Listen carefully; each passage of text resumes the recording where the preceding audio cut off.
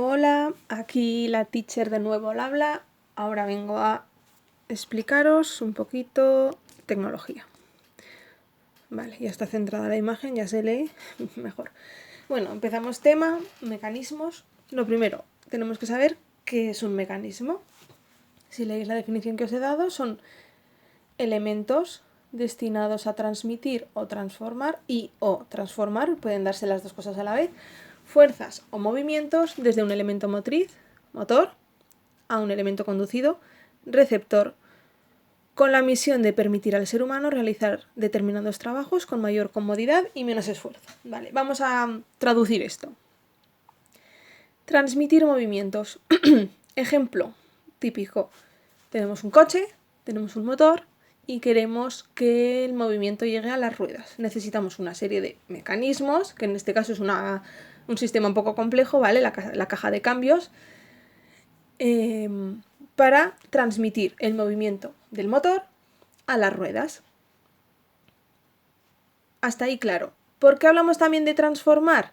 Si os fijáis en un motor, vamos cambiando de marcha. Si alguna vez os habéis parado a mirar un poquito el cuenta kilómetros y el cuenta revoluciones, vayamos a la velocidad que vayamos en el coche, tanto si vamos a 50 por ciudad como si vamos a 120 por la autovía, el rango de revoluciones del motor es más o menos parecido, no es idénticamente igual, pero es un rango pequeñito en comparación a la diferencia de velocidades. Por eso decimos que también se puede transformar el movimiento. ¿Vale? También veremos que hay otros mecanismos que transforman el tipo de movimiento. Tú puedes tener un movimiento recto y que se transforme en uno circular o viceversa, ¿vale? Por eso es importante que tengáis claro que hay dos tipos de movimiento principalmente, lineal y circular. Dentro del lineal podríamos distinguir también entre el que es simplemente rectilíneo o el alternativo. Tun, tun, tun, tun, tun, tun, ¿vale? Como los pistones de un motor que suben arriba, abajo, arriba, abajo, arriba, abajo.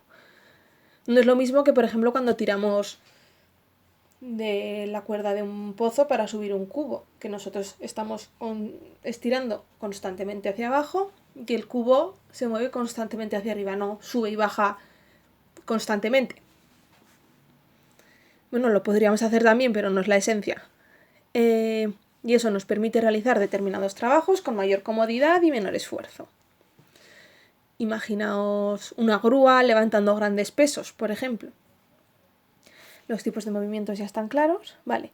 Ventaja mecánica. Magnitud adimensional que indica cuánto se amplifica la fuerza aplicada usando un mecanismo para contrarrestar una carga de resistencia. Vamos a traducir esto. Magnitud adimensional quiere decir que no tiene dimensión, no tiene unidades. ¿Por qué? Porque estamos dividiendo newtons entre newtons. Se me quedan sin unidades. Es una magnitud adimensional. Indica cuánto se amplifica la fuerza aplicada usando un mecanismo. Perfecto. Yo tengo que mover un armario que pesa 100 kilos, pero yo no soy capaz de hacer a lo mejor una fuerza de 100 kilos. ¿Qué hago? Utilizo una palanca. Entonces, haciendo una fuerza de 20 kilos, levanto un armario que pesa 100. Mi fuerza se ha multiplicado por 5. Por lo tanto, tengo una ventaja mecánica de 5. La resistencia que tengo que vencer es el peso del armario, esos 100 kilos. La fuerza que hago yo es 20. Obtengo una ventaja mecánica de 5. ¿Vale? Si el cociente es mayor de 1, indica que el sistema genera ganancia.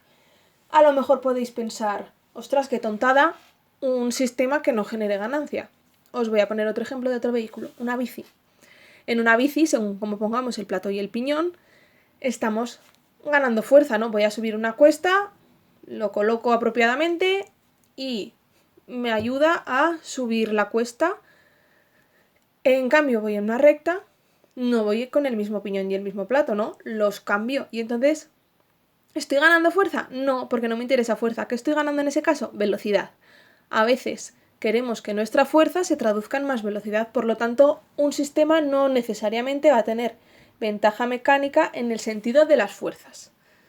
Sí lo va a tener por otro lado. En este caso, por ejemplo, en el ejemplo de la bici, velocidad. Vale. Cuando hablamos de velocidades, entonces nos interesa esta magnitud, la relación de transmisión, que es una magnitud también adimensional, repito, que no tiene unidades, que indica la relación entre la velocidad de giro en el eje de salida, elemento conducido, Sigo con la bici. La velocidad de las ruedas y la velocidad de giro en el eje de entrada, elemento motriz. La velocidad de los pedales. La velocidad de giro, que la llamamos n en las fórmulas, se mide en revoluciones por minuto, es decir, vueltas por minuto. No nos interesa tanto la distancia en horizontal en metros por segundo que se cubre, la velocidad en ese sentido, sino las vueltas que da o la rueda o mis pies en un minuto. Entonces dividiría la velocidad de salida, es decir, la velocidad de las ruedas, entre la velocidad de entrada, la velocidad de los pedales. Si me sale igual, elemento simplemente transmisor o igualador. Ni se aumenta ni se disminuye la velocidad. Evidentemente, si me da 1 es porque esto mide lo mismo. 100 y 100, por ejemplo. Si da mayor que 1, elemento multiplicador, se aumenta la velocidad. Las ruedas van a 200 revoluciones y mis pies a 100. Multiplico la velocidad por 2. La relación de transmisión es 1. Y elemento reductor, se disminuye la velocidad. Por ejemplo, cuando subo una cuesta, yo doy muchas pedaladas, pero voy muy despacito. Elemento reductor.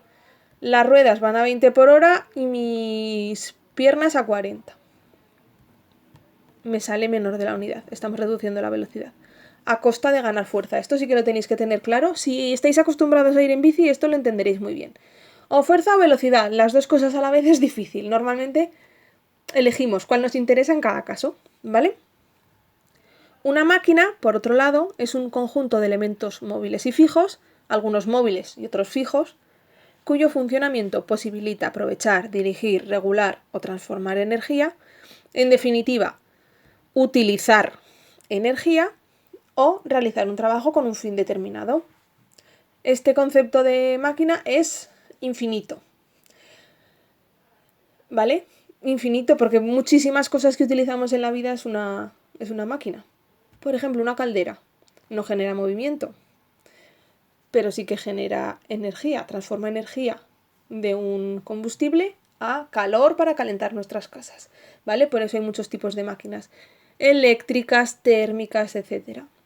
Aquí nos vamos a centrar en las máquinas, digamos, que tienen que ver con el movimiento, ¿vale? Porque estamos en el tema de movimientos. Ya más adelante, en otros cursos, hablaremos de máquinas eléctricas, térmicas y de lo que haga falta.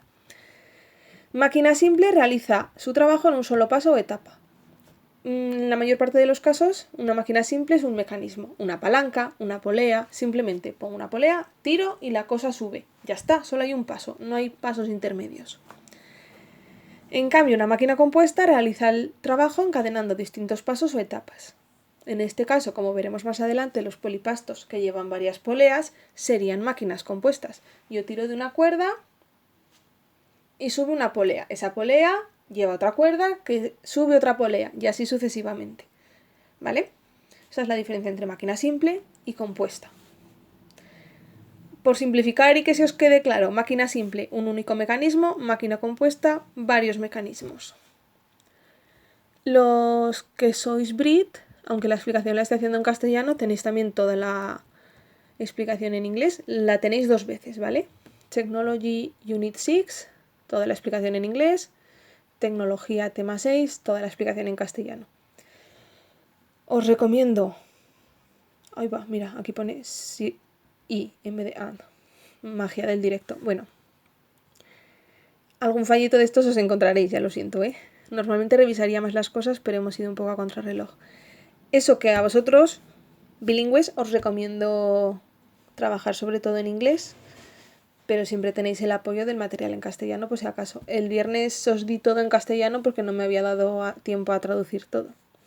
La otra tarea que tenéis para hoy es el esquema, que veréis todos que en un mismo documento tenéis el esquema en blanco, el esquema en inglés y el esquema en español.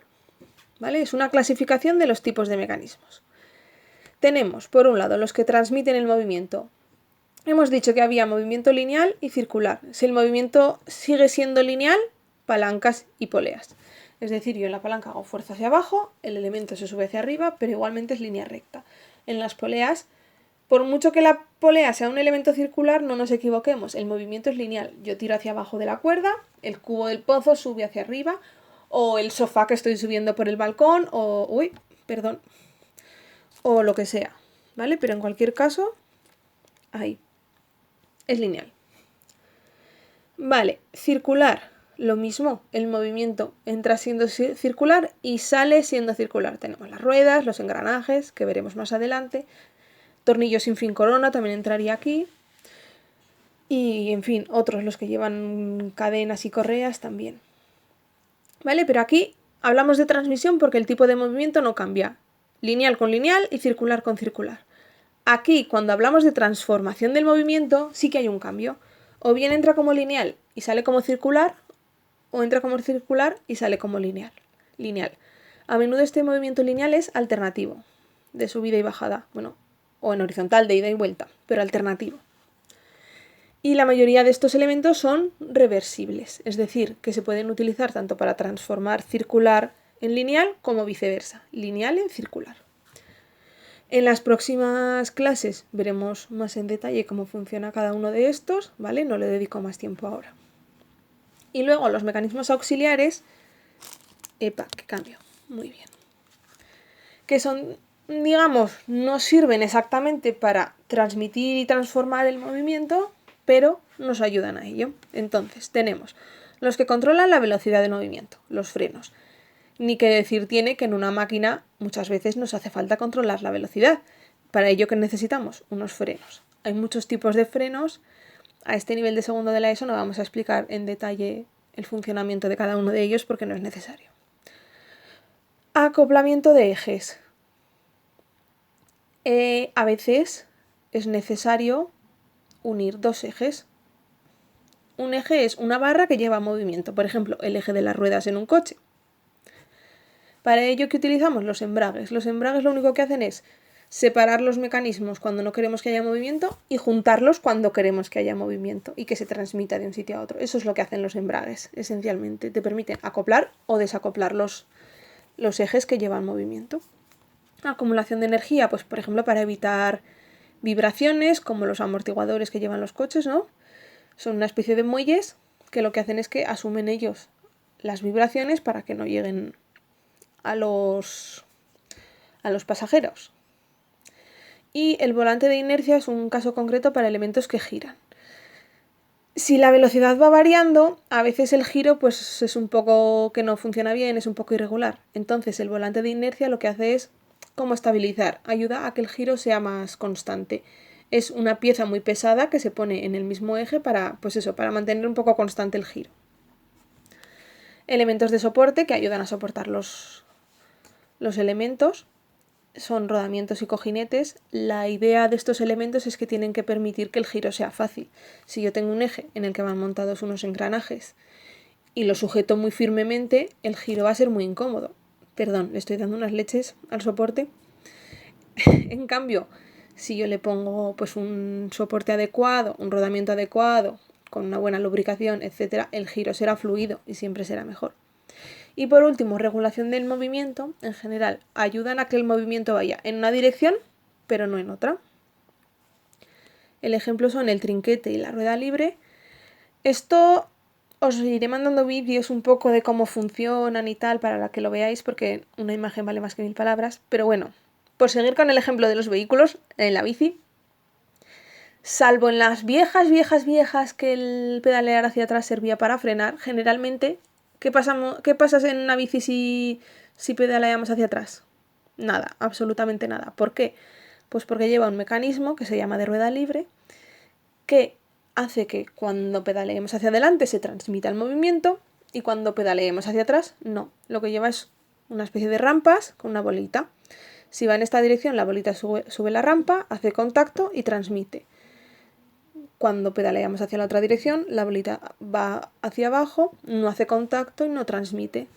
¿Vale? Ya os digo que de todos estos os prepararé una recopilación de vídeos de YouTube donde se vea el mecanismo en funcionamiento que os ayudará más a entenderlo. Y hasta aquí lo de hoy, ¿vale? Copiar el esquema en la hoja en blanco correspondiente. Si sois bilingües, pues si os caben los dos nombres, mejor que mejor. Si no sois bilingües, pues en principio solo lo tenéis que hacer en castellano, pero bueno, ahí está la información.